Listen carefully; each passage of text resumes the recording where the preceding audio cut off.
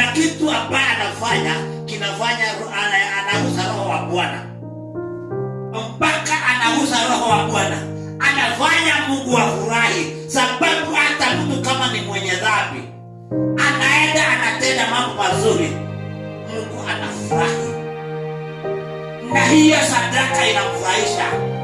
Na wakati Mungu anapofurahishwa anawachilia baraka. Bwana pesa.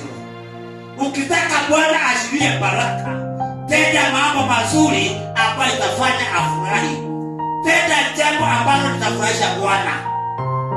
Bwana pesa. Sijui kama tuko pamoja.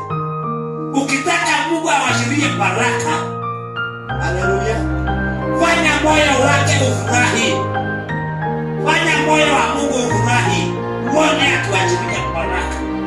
Hata wenye dhambi wanafanya hivyo mpaka Mungu anafurahi. Tunashindwa watu wa dunia wanatushindia wapi? Bwana pesa.